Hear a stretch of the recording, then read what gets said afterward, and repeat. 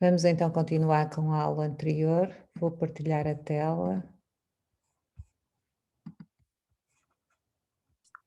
Aqui. Ok.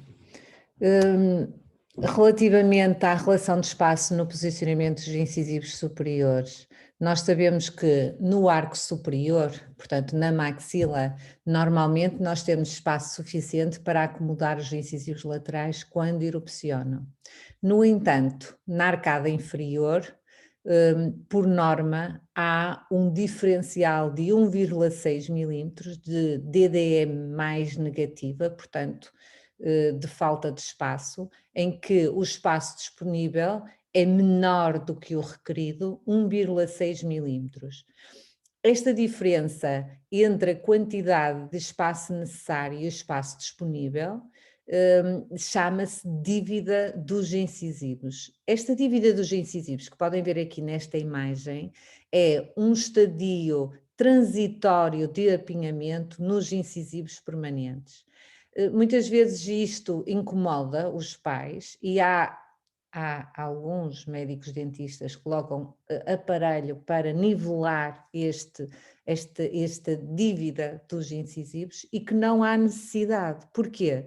Porque esta irregularidade suave, reparem que é suave, é 1,6, máximo 2 milímetros de apinhamento nestes incisivos inferiores, é normal entre os 8 e os 9 anos, quando os incisivos e primeiros molares permanentes erupcionam, mas os caninos e os molares temporários permanecem, isto é, há a zona de suporte, vocês sabem que esta zona de suporte, que é a zona de transição entre os incisivos e os primeiros molares, é efetivamente uma transição e estes incisivos inferiores ligeiramente apinhados, até 1,6 milímetros, é transitório, é normal e não requer qualquer tipo de tratamento. Porquê? Porque o crescimento subsequente dos arcos melhora o problema desta falta de espaço transitória. E quando os caninos permanentes erupcionam, o espaço torna-se mais uma vez adequado. Porquê? Porque este espaço adicional vem, há três justificações que podem justificar esta dívida dos incisivos ser recuperada, que é, por um lado, um leve aumento na largura do arco dentário entre os caninos. Vocês podem ver aqui a branco os caninos tecidos e a vermelho os definitivos, e portanto vocês podem ver que os caninos definitivos se vão posicionar num arco mais largo e portanto ganha mais espaço, e à medida que o crescimento continua, os dentes erupcionam não só para cima, como também levemente para fora, ganhando desta forma mais 2 milímetros na arcada. Maior no arco superior e maior nos rapazes. Também outra justificação, portanto, a erupção dos caninos num arco maior e ganha até 2 milímetros mais de espaço na arcada. Outra justificação é o posicionamento mais vestibular dos incisivos permanentes, portanto, posicionando-se assim numa circunferência maior em relação aos incisivos temporários e ganhando também de 1 a 2 milímetros. Outra situação é vocês sabem, por cada milímetro que o incisivo esteja mais protruído, ganha logo 2 na arcada. O reposicionamento dos caninos temporários, isto é, há um deslocamento destes para fora e para trás em relação aos espaços primatas. E, portanto, isto no arco inferior, porque os espaços primatas no arco inferior é por distal do canino e, portanto, estes caninos reposicionando-se um pouco mais para trás ganham espaço daquela dívida dos incisivos. E, portanto, estes são os 3 fatores que justificam que o espaço adicional para esta dívida dos incisivos se recupere sem qualquer tipo de aparelho para efetuar este tipo de alteração. E cá está, estas 3 mudanças que referi ocorrem sem qualquer crescimento esquelético significativo na região anterior, é só apenas por um reposicionamento dos dentes. Depois temos outra situação, que é a fase do patinho feio. É uma fase normal, em que temos um diastema entre os incisivos centrais, que vêm aqui, que tende a diminuir com a erupção dos incisivos laterais e fechar com a erupção dos caninos permanentes. Persistência-se perda dos caninos temporários e vestibularização dos incisivos superiores. Portanto, se nós tivermos já uma pró-inclinação dos incisivos inferiores, este diastema, que é fisiológico, que é a dita fase do patinho feio, pode não fechar devido a isso. E, portanto, quando nós temos, cá está, um overjet aumentado, uma deglutição do tipo infantil, toda uma dinâmica de posicionamento dos dentes e das arcadas que efetivamente não deixa que estes diastemas se fecham com a erupção dos laterais e depois com a erupção dos caninos. Vamos ver aqui um caso clínico. Isto é típico da fase do patinho feio, que é o diastema mediano, os incisivos laterais que ficam com um tipo distal, tipo uma inclinação distal, porque os caninos têm este posicionamento e, ao erupcionar, eles vão fechar estes diastemas para ganhar espaço para se posicionar na arcada.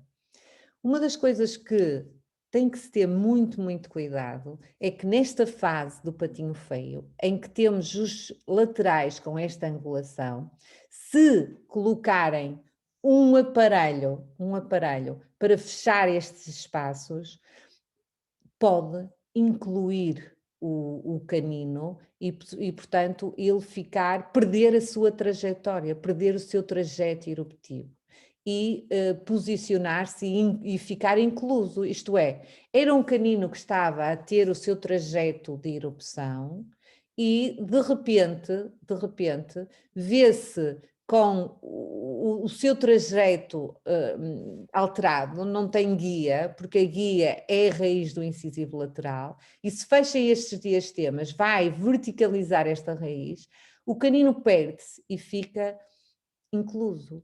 Portanto, eu não sei se tenho aqui, mas até eu gostava de. Eu acho que ainda não tenho. Se eu, não, eu acho que não tenho aqui a radiografia, só para vocês verem uma situação muito, muito complexa de um miúdo que me chegou para eu tratar e que tinha.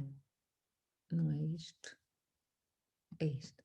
E que tinha. Não, não é isto, nada, desculpem, é isto. E que tinha uma situação muito complexa, está aqui, de caninos inclusos, é este miúdo, em que tinha, pois, não tenho aqui o inicial, mas depois para a próxima aula eu vou-vos trazer. Este miúdo que vem aqui, com 15 anos, reparem, tem os caninos todos na linha média. Eu tenho uma radiografia dele, que ele era paciente lá na clínica, que tinha 11 anos e os caninos estavam bem posicionados. E a história é que, entretanto, foi a outra clínica, não sei aonde, e que lhe puseram um aparelho removível e lhe fecharam, que ele tinha os diastemas, portanto, tinha a fase do patinho feio, e que lhe fecharam os diastemas, e reparem como estão os caninos. Incluíram. Porquê? Porque aquele trajeto eruptivo da raiz do lateral, que está com um tipo distal e a raiz pamesial, certo? A raiz pamesial, e ele segue esta erupção e vai fechar estes diastemas, deixou de existir, perdeu o seu caminho e ficou com uma situação muito, muito complexa. Porque reparem que os caninos decíduos aqui, e reparem aqui, está aqui, olha, afinal já estava aqui. Isto em 5 de nove de 2016, eu não sabia que já tinha colocado aqui, 5 de nove de 2016, reparem como estavam os caninos, estão a ver? Estavam bem, e ele tinha diastemas típicos da fase do patinho feio. Como quem corrigiu não teve o cuidado nem era preciso corrigir, porque a fase de podia ser corrigido por outros motivos, mas tínhamos que ter cuidado com a raiz do incisivo lateral, porque reparem que com isto tudo perdeu a sua guia, certo? E reparem, 5 anos depois, reparem os caninos que ficaram inclusos. E eles não estavam, nem ficariam com esta inclusão se não tivessem tocado no posicionamento destes incisivos laterais. Portanto, é muito, muito importante. Claro que depois, isto é o TAC para ver a inclusão, claro que depois houve toda uma cirurgia que foi feita, isto é cirurgia, toda uma cirurgia que teve que ser feita para posicionar os caninos e tracioná-los para o local. Isto é massa, porque, deixa ver aqui se eu vos mostro aqui. Isto é a cirurgia, que sou eu que faço, mas deixa passar aqui porque não vamos ter muito tempo, mas só para vocês verem que efetivamente foi uma cirurgia bastante complexa, mesmo os incisivos na linha média, reparem que temos aqui o buraco incisivo e, portanto, toda uma dinâmica de cirurgia complexa para... E os dentes estão mesmo muito, muito em cima. Eu vou deixar passar só para vocês verem. Deixa eu tirar aqui o som. Ia tirar o som, mas não estou a conseguir. Ai.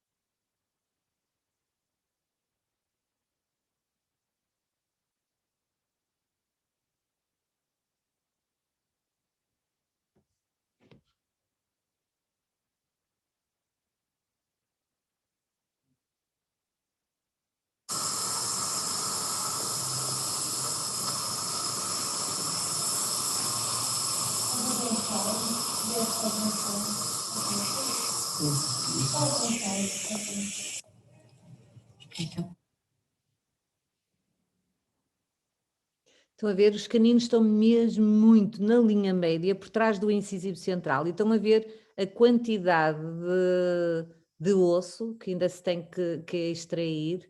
Isto é um hemostático por causa do sangramento. Mas eles estavam mesmo muito, muito altos. Os dois que fizemos a cirurgia, dos dois. E, portanto, não vai dar tempo agora foi ao outro lado da mesma forma e eu vou avançar. E, portanto, nesse sentido, nós tivemos que fazer a tração, isto já é uma massa que se coloca aqui para fazer a tração, com 2 mini implantes, para ajustar, Vocês estão-me a ouvir? Não? Sim. Não estavam a ouvir? Porque não, agora está-me a ouvir, mas há um bocadinho não ouviram a minha justificação, pois não? Sim, sim. Ouviram? Pronto. Reparem, isto tudo para vos dizer o quê? Cuidado com a iatrogenia. Isto é uma iatrogenia, um miúdo que agora teve que ser submetido a esta cirurgia, ainda por cima dos dois lados, com os caninos mesmo na linha média. Sou eu que faço estas cirurgias de tração e coloco os mini implantes. Tem que se colocar os mini implantes para tracionar, porque senão ele, ao erupcionar, ao tracionar o canino, se for logo para a linha média, reabsorve as raízes dos laterais e muitas das vezes dos centrais. E, portanto, temos que ter muito, muito cuidado com saber. Eu fui-vos mostrar aquilo, apesar de não estar inserido propriamente dentro da temática do nosso programa, porque tudo aquilo que temos vindo a falar é muito importante estar presente na altura em que estamos a ver os nossos pacientes. Uns diastemas, nesta idade, são perfeitamente fisiológicos, sem ter que haver intervenção de fechar estes diastemas, porque senão estamos a criar outro problema. Então, Isto é fase do patinho feio, em que há estes diastemas fisiológicos. Claro que, tal como eu disse, se nós tivermos um aubergete aumentado, se tivermos um aubergete aumentado com deglutição infantil, com interposição do lábio, estes diastemas não vão fechar, porque já há outra causa para estes diastemas, mas neste caso, em que temos o tipping da croa paradistal e a raiz pamesial típico desta fase do patinho feio, não temos que corrigir estes diastemas, não temos que atuar, porque estão a ver sem qualquer tipo de atuação, já estão aqui os laterais, já começam a erupcionar os caninos e os diastemas vão fechando, está bem? É o normal. E passamos daqui para aqui. E agora sim, se tivermos que atuar, vamos atuar, mas não comprometemos, não fizemos iatrogenia de um problema que é perfeitamente normal e que devemos de seguir o percurso. Portanto, antes do tratamento do diastema mediano, há que terem atenção que é normal a existência de um pequeno diastema mediano antes da erupção dos caninos permanentes. Esta maloclusão temporária do desenvolvimento dentário é designada como fase do patinho feio. Agora, outra situação que nós temos que ter em atenção é a relação do espaço no posicionamento dos caninos e dos primeiros molares. É que há efetivamente o Lewy Space, e vocês sabem que o Lewy Space, espaço de deriva ou espaço de Nance, é a diferença do tamanho mesiodistal do segundo molar tecido para o segundo premolar. Também já vos disse isto, que na mandíbula é aproximadamente 2,5 milímetros e na maxila, como o segundo molar tecido é menor do que o superior, é menor do desculpem, que o inferior, na maxila é aproximadamente 1,5 milímetros. Então, isto também já vos disse que no segundo molar tecido inferior ele é aproximadamente maior 2 milímetros que o segundo premolar e o primeiro molar temporário inferior é aproximadamente maior 0,5 milímetros do que o primeiro premolar. Já na maxila é porque o segundo premolar é maior, tecido é maior do que o segundo premolar, cerca de 1,5 milímetros. Não se fazendo essa distinção para o primeiro molar tecido, uma vez que não é maior do que o segundo premolar por norma. Então, este Lewy Space, certo? É ocupado pela mesialização. Reparem que isto é o segundo molar tecido, isto é o segundo molar tecido, e depois há uma redução do tamanho sagital da arcada, porque com a esfoliação do segundo molar tecido é o primeiro molar definitivo que vai mesializar para ocupar este espaço. Portanto, isto é a situação normal, havendo uma diminuição da circunferência do arco no sentido sagital. E, portanto, nós temos que saber também toda esta dinâmica. Porquê? Porque se nós, por qualquer motivo, isto é o que vai, vocês sabem, e vamos ver já a seguir, que na dentição decídua nós dizemos degrau, e na dentição decídua o degrau, por norma, é reto, portanto está ao mesmo nível o superior e o inferior. Como o Lewy Space é maior na arcada inferior do que na arcada superior, com a esfoliação do segundo molar tecido, o primeiro molar permanente vai mesializar mais do que o superior, instaurando-se assim uma classe 1 ao nível dos molares. Vamos ver. Imaginemos que, como neste caso, eu tenho muito apinhamento. E como tenho muito apinhamento, eu quero, porque percebi diagnóstico, plano de tratamento e percebi que efetivamente eu preciso deste espaço do Lewy Space, certo?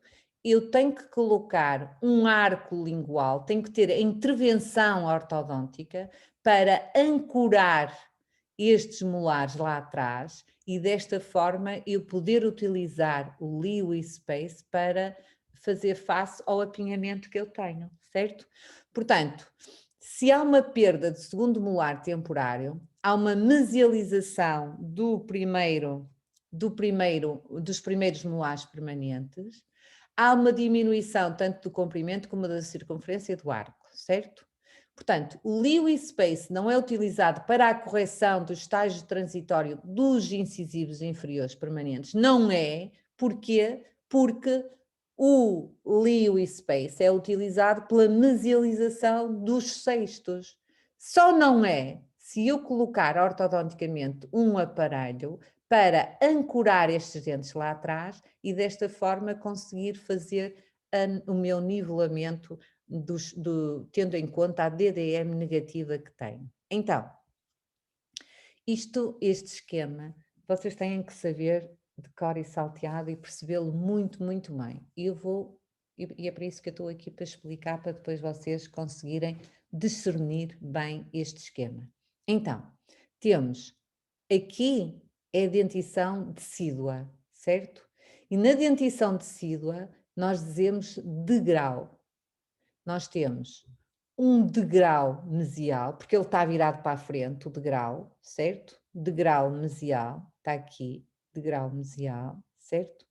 Temos um plano terminal reto, que é o mais usual na dentição decídua, e já sabem porquê. Se eu vos pedir a justificação, porque é que o plano terminal reto, justifiquem porque é que o plano terminal reto é o mais usual na dentição decídua. Porquê? Porque o segundo molar decíduo é maior do que o segundo molar decíduo superior, o inferior é maior do que o superior, e quando há a esfoliação destes dentes, o primeiro molar inferior definitivo vai ocupar este espaço e, portanto, mesializando mais, ficando assim com uma relação de classe 1. Então, nós temos o degrau distal, que está virado para trás, portanto, o degrau distal está virado para trás, o degrau reto e o degrau mesial que está virado para a frente. Isto na dentição decídua. Nós vemos uma criança com a dentição decídua, vamos ver a relação sagital dos segundos molares decíduos e vamos perceber o que é que vai originar na dentição definitiva. Porquê? Porque está dependente do biótipo facial. Isto é, se eu tiver uma cara baixa, eu sei que o vetor de crescimento é para baixo e para a frente. Se eu tiver uma cara alta, eu sei que o vetor de crescimento é mais para baixo e para trás, certo? Então, toda a dinâmica de crescimento mandibular, e sendo o crescimento cefalocaudal e crescendo a mandíbula em último lugar, eu sei que se eu tiver um degrau distal, que é o típico da classe 2, reparem que na dentição decídua nunca dizemos classe, dizemos degrau. Se eu tiver um degrau distal e tiver um padrão dólico-facial, cara alta, certo? Eu sei que esta criança, quando tiver a dentição permanente, vai ter uma classe 2. Porquê? Porque toda a compensação de crescimento vai ser no sentido para baixo e para trás e, portanto, não vai crescer a mandíbula no sentido anterior e não vai corrigir este degrau distal. E, portanto, um dólico-facial vai-me dar uma classe 2. Se ele for mesofacial, portanto, um padrão de crescimento intermédio, então ele vai e pode-me dar uma relação de classe 2 topo a topo. Portanto, de todo, o degrau distal não é uma relação que se pretenda em qualquer circunstância, porque ou me vai dar uma classe 2 total num dólico, ou me vai dar uma relação de topo a topo se for meso, entre a classe 2 e o topo a topo, e se for braqui, mesmo tendo um padrão de crescimento para baixo e para a frente, eu sei que não vai ser suficiente este padrão de crescimento para baixo e para a frente para me autocorrigir para uma classe 1, porque me vai estar sempre ali num topo a topo. Isto é uma relação de classe 2 completa, isto é uma relação de classe 2 incompleta. Pode-se dizer também que isto é uma relação de classe 2 de um pré-molar, porque é um pré-molar que está desfasado, já dissemos isto noutras aulas, e aqui é uma relação de classe 2 de meio pré-molar, porque é a quantidade de meio pré-molar que há este desnível, este desfazamento. Já se eu tiver um plano terminal reto, que é o normal, certo? Na dentição decídua. Mas, se eu tiver um padrão de crescimento dólico-facial, que é o vermelho, que é um padrão de crescimento diferencial mínimo, eu vou ter uma classe 2 topo a topo na dentição definitiva. No mesofacial, ele já me vai dar uma classe 1, ou um intermédio entre o topo a topo e a classe 1, e num padrão de crescimento braquifacial, ele vai me dar um crescimento de classe 1, portanto, uma relação de molares de classe 1. Se eu tiver um padrão de degrau mesial na dentição decídua, num dólico é bom, vai dar uma classe 1. Num meso pode dar entre uma classe 1 e uma classe 3. E num braqui, que tem um diferencial de crescimento para baixo e para a frente, vai-me dar um padrão de classe 3. Portanto, desculpa, imaginemos que temos uma criança, desculpa, de cara baixa, em que tenho um degrau mesial. Tenho uma mandíbula que já é consistente, um perfil reto. Eu sei que esta criança vai me dar um padrão de crescimento de classe 3. Ainda por cima, olhas para o pai, ou para a mãe e tem um padrão de classe 3, eu sei que esta criança vai me dar um padrão de classe 3, percebe? Por toda uma dinâmica daquilo que temos vindo a aprender em termos de crescimento e desenvolvimento. Então, o crescimento diferencial da mandíbula e da maxila, nós sabemos que o crescimento da mandíbula é o último a crescer, cresce mais para a frente no braqui e menos no dólico.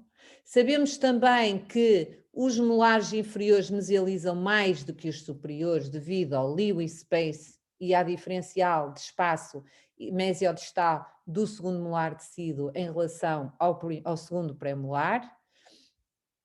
E também este conjunto destas situações vai nos justificar a relação de degrau com a relação de degrau nos segundos molares tecidos e de classe 1, 2 ou 3 nos primeiros molares permanentes.